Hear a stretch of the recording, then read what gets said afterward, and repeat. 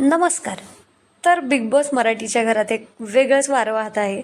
तिने मला जसे आहे तसे स्वीकारले.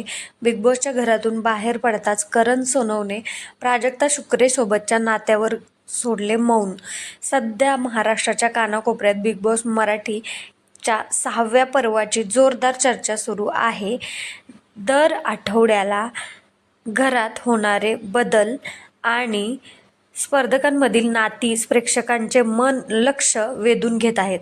नुकतेच 5व्या आठवड्यात घरामध्ये मोठा धक्कादायक निकाल लागला आणि डबल इलिमिनेशन पार पडले. यामध्ये सोशल मीडिया इन्फ्लुएन्सर करण सोनवणे आणि आयुष संजीव यांना घराचा निरोप घ्यावा लागला.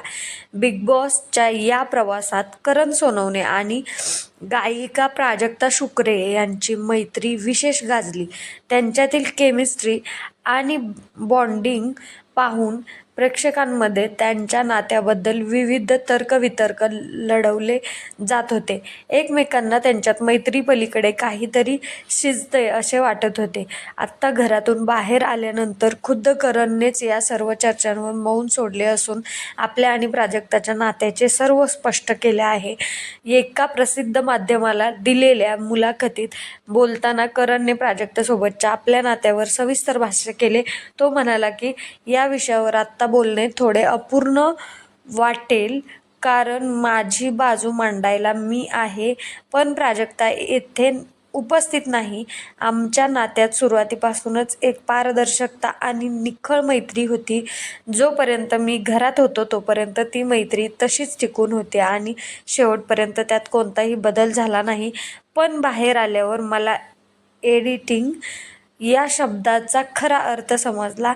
घरात घडलेल्या साध्या गोष्टी बाहेर कशा पद्धतीने मांडल्या जातात आणि एका गोष्टीचे 10 आणि 10चे 100 करून कशा दाखवले जातात हे पाहून मला आश्चर्य वाटले.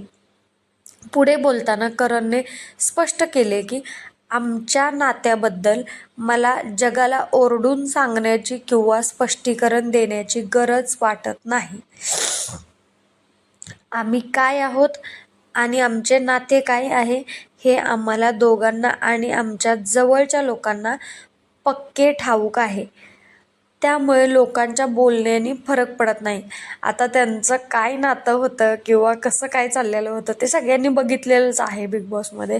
तर बाहेर आल्यानंतर माणसं म्हणजे काहीही बोलायला लागतात. म्हणजे त्यांचा गेम सुटल्यानंतर ठीक आहे, पण ह्याच्यावरती आपल्याला जास्त काही बोलायचं नाही.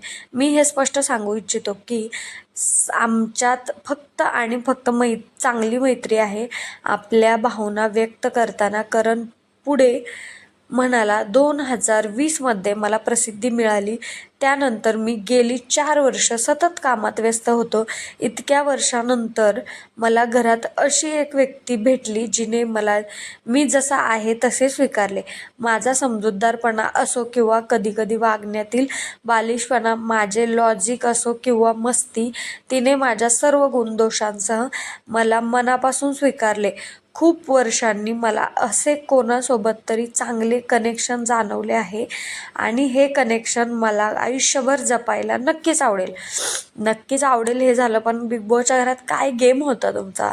नुसतं बाल्कनीमध्ये बसून ह्याच्या त्याच्या टवाळक्या काढणं, ह्याला त्याला नावं ठेवणं म्हणजे नावं पाडणं वगैरे, हाच फक्त गेम तुमचा झाला होता ना.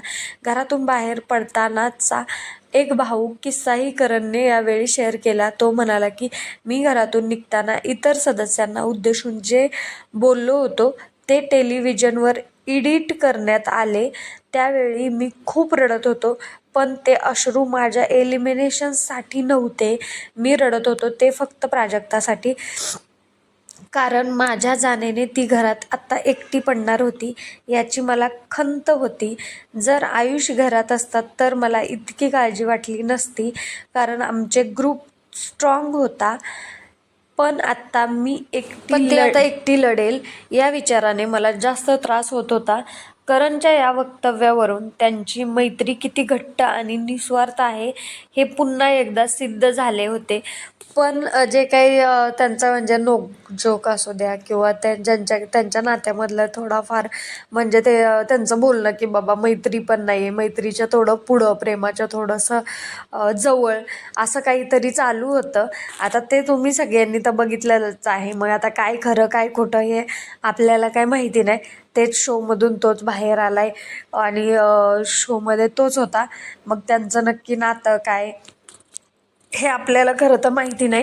आणि रडला वगैरे काळजी वगैरे, हां ठीक आहे ना, तो गेम आहे. एकाला सोडावं लागलं तर दुसऱ्याला स्ट्रॉंग, मैत्री जरी असेल तरी एक सोडून गेला तर दुसऱ्याला स्ट्रॉंग राहावंच लागतंय ना, किंवा दुसऱ्याला स्ट्रॉंग राहून तिथं लढावंच लागते म्हणजे लढायला गेल्यानंतर. त्यामुळं इट्स ओके, इतका काही इश्यू नाही आहे. तर तुम्हाला ह्या दोघांच्या मैत्रीबद्दल किंवा जे काय होतं त्याच्याबद्दल तुम्हाला काय वाटतं, आणि करणनी जे बाहेर आल्यावर वक्तव्य केलं त्याच्याबद्दलही तुम्हाला काय वाटतं हे नक्की कमेंटमध्ये सांगा. आणि यांची जोडी तुम्हाला कशी वाटत होती हे पण नक्की कमेंटमध्ये सांगा. आणि अशाच नवनवीन अपडेटसाठी आपल्या चॅनलला सबस्क्राईब करा. धन्यवाद.